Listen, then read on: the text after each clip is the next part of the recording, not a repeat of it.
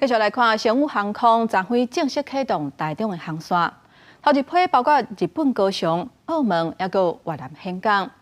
台中市长罗秀燕嘛宣布，复航7月份会有3条新的航线。也那商务航空董事长张国辉讲，台中机场的运营紧张，伊对台中机场未来发展是感觉真乐观。不过，嘛有观光学者认为讲，其实也有袂少问题爱克服。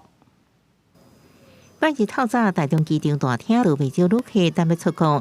商务航空伫即一天举办台中航线首航仪式，第一班飞行机飞日本高雄。台中市长罗秀燕致辞时，佫宣布，复航确定今年7月也要加开3条航线。虎航预计在7月份要增加3条航线，就是台中到东京、台中到名古屋，还有台中到韩国的釜山。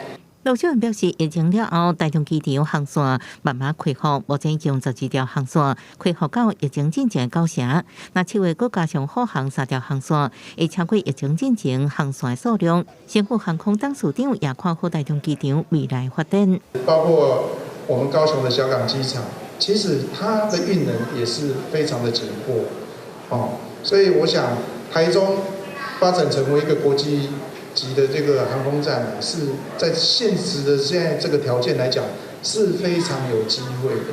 他认为桃园机场甲高雄机场运营已经真饱，台中机场应该发展做桃机的备用机场，甚至是卫星机场。不过观光学者认为，台中机场目前有完乎未少条件受限制。桃园它终究是班次多嘛，航线多。即使台中有航线之后，还是许多人可能会到桃园去搭乘。那我们台中现在的接驳其实也是不方便的旅客到这边之后，他要进市区还是不是很方便。黄正聪表示，除了航线、班次数量等问题，会互袂少人也是选择去桃园机场。台中机场转接也是问题。